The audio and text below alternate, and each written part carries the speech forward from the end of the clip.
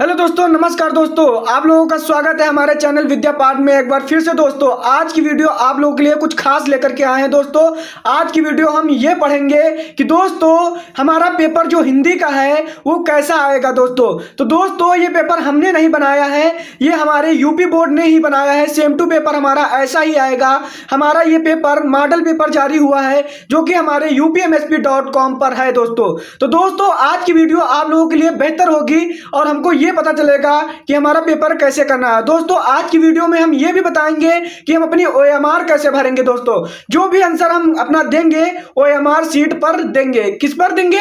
OMR seat पर देंगे। दोस्तों ज्यादा बात ना करते हुए हम अपने प्रश्न पत्र को हल करते हैं। दोस्तों क्या प्रश्न पत्र को हल करते हैं। दोस्तों आप देख सकते हैं कि लिखा है सत्र 2025 व 26 के लिए, यानी कि हमारे 26 के लिए हमारा मोस्ट इंपॉर्टेंट टॉपिक यानी कि कक्षा 10 की विषय हिंदी है। दोस्तों हमारा समय रहेगा 3 घंटे 15 मिनट और हमारा जो पेपर है वो 70 नंबर का, यानी कि पूर्णांक हमारा 70 होगा। दोस्तों तो हमारा निर्देश पहले हम दोस्तों पढ़ लेते हैं कि प्रारंभ के 15 मिनट परीक्षार्थियों को प्रश्न पत्र पढ़ने के लिए निर्धारित है। यानी कि जो हमारे 15 मिनट पहले मिलते हैं उसको पहले हम अपने पेपर को पढ़ते हैं और पढ़ करके फिर अपने पेपर पर करने के लिए 3 घंटे जो बचते हैं उसको करते हैं। दोस्तों हमारा सेकंड है कि प्रश्न पत्र 2 भाग खंड आ तथा खंड बा में विभाजित है। यानी कि जो हमारा प्रश्न पत्र है दोस्तों ये खंड आ और खंड बा में है कि प्रश्न पत्र के खंड आ में बहुकल्पी प्रश्न है जिसमें सही विकल्प का चयन करके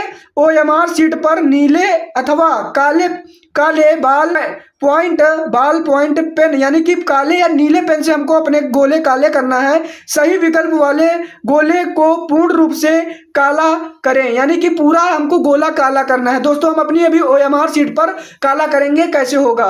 दोस्तों हमारा 4th नंबर है कि खंड आ में बहुकल्पी प्रश्न हेतु प्रत्येक प्रश्न के लिए 1 अंक निर्धारित है। यानी कि हमारा 1 अंक निर्धारित रहेगा प्रत्येक बहुकल्पी प्रश्न के लिए। नेक्स्ट हमारा 5वां है कि OMR सीट पर उत्तर अंकित किए जाने के पश्चात उसे काटे नहीं तथा देते हैं और बाई चांस हमारा OMR गलत हो जाता है तो उस पर हमको दोस्तों कुछ नहीं करना है। ना ही तो हमको अपनी रबड़ से यानी कि इरेजर से मिटाना है और ना ही हमको अपने वाइटनर यानी कि वाइटनर जो होता है उसको भी नहीं लगाना है। इससे हमारी OMR रिजेक्ट हो सकती है, तो इन बातों का विशेष ध्यान रखिए। दोस्तों हमारा 6 नंबर है दोस्तों कि प्रत्येक प्रश्न के सन्मुख उनके अंक निर्धारित अंक दिए गए हैं। यानी कि प्रत्येक प्रश्न के सन्मुख उनके निर्धारित अंक दिए गए हैं। जो हमारा क्वेश्चन जितने नंबर का है उनके सामने हमारे नंबर लिखे गए हैं। तो चलते हैं दोस्तों अपने खंड आ पर और हम अपने दोस्तों OMR सीट पर अपने क्वेश्चन करेंगे। चलते हैं। तो हमारा पहला प्रश्न है कि दूसरा सप्ताह प्रकाशित हुआ। यानी कि हमारा क्वेश्चन पहला है कि दूसरा सप्ताह प्रकाशित हुआ।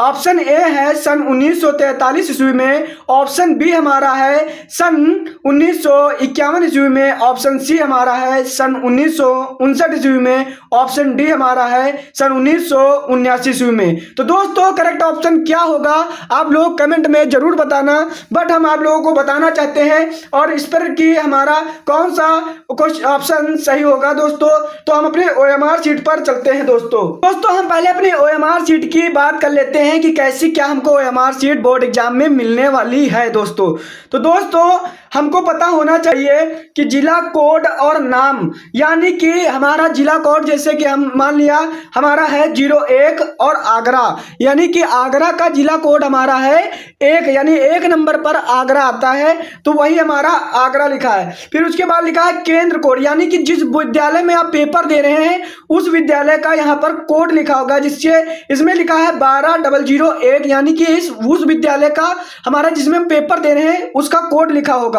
फिर हमारा दोस्तों अनुक्रमांक यानी कि रोल नंबर एडमिट कार्ड पर जो होगा वो हमारा लिखा होगा OMR सीट में, वहां से लिख करके प्रिंट होकर के आएगा। फिर उसके बाद विषय का कोड और नाम बताइए, यानी कि हमारा हिंदी का पेपर है तो 901 और हिंदी वो लिख करके आएगा। विषय कोड हमको कुछ नहीं फिलिप करना है, सब हमको अपने आप से प्रिंट आउट ही मिलेगा। हमारी खुद को एक OMR सीट हमारे नाम से हमारे एडमिट कार्ड के रोल नंबर से ही आएगी। तो प्रश्न पत्र हमारा है 801, यानी कि जो हमारा पेपर होगा उस पर लिखा होगा कि 801 कोड जो होगा वो लिखा होगा। दोस्तों तो दोस्तों हम अपने क्वेश्चन को करते हैं कि पहला क्वेश्चन हमारा क्या दिया था था। हमने अभी किया था दोस्तों कि दूसरा तार सप्तक कब प्रकाशित हुआ था, यानी कि दूसरा सप्तक कब प्रकाशित हुआ था। तो दोस्तों हमने आप लोगों को बताया कि हमारा दूसरा सप्तक हमारा ऑप्शन नंबर बी होगा करेक्ट। 1951 ईस्वी में हमारा दूसरा सप्तक प्रकाशित हुआ था। तो हम इसमें दोस्तों अपनी OMR में 1 नंबर प्रश्न इसमें ऑप्शन बी को काला करेंगे। क्या? ऑप्शन बी को हम काला करेंगे। हम अब अच्छी तरह से काला इसको कर लेंगे दोस्तों। और दोस्तों उसके बाद हम नेक्स्ट क्वेश्चन पर चलेंगे।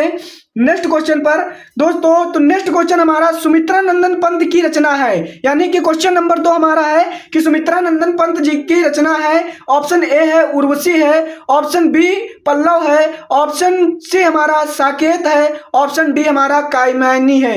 यानी कि दोस्तों हमारा करेक्ट ऑप्शन इसमें क्या होगा? इसका भी ऑप्शन करेक्ट हमारा बी होगा। क्या होगा? बी होगा दोस्तों, हमारा करेक्ट ऑप्शन बी होगा।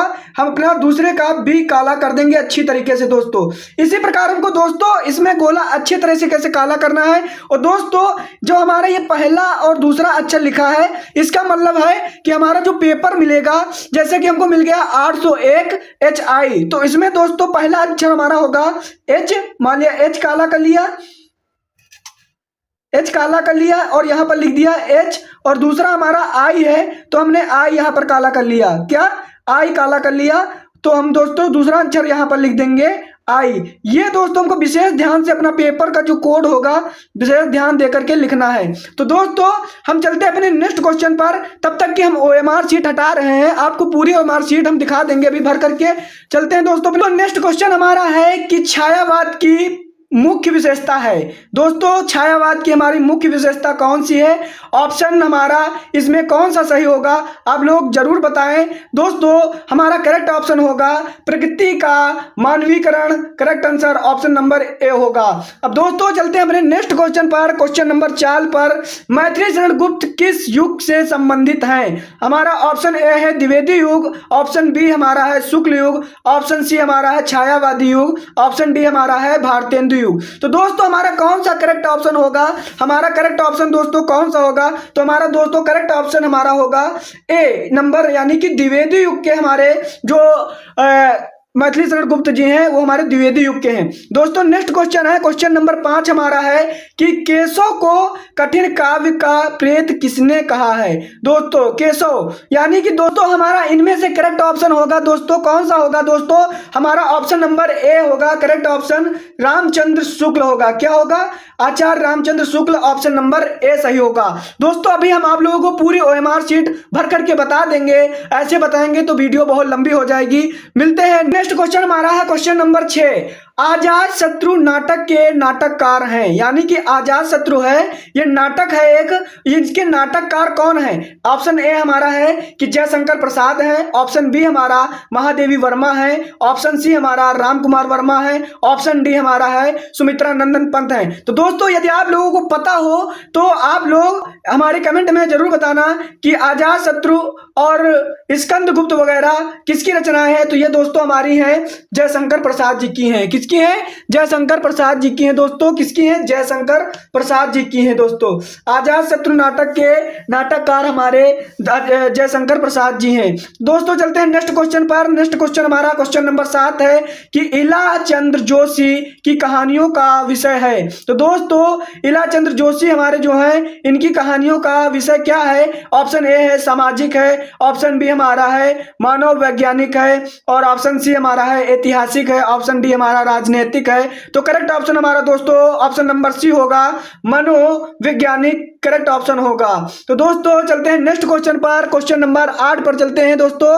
क्वेश्चन नंबर 8 हमारा क्या दिए है? क्वेश्चन नंबर 8 हमारा दिए है कि सन 1018 से 1936 ईस्वी तक का समय है। तो दोस्तों ए नंबर दिए प्रेमचंद्र युग, और बी हमारा है दोस्तों शुक्ल युग, और सी हमारा है प्रसाद युग, और डी हमारा है उपयुक्त सभी। तो दोस्तों हमारा करेक्ट ऑप्शन होगा ऑप्शन नंबर ए प्रेमचंद्र युग होगा दोस्तों। क्या होगा?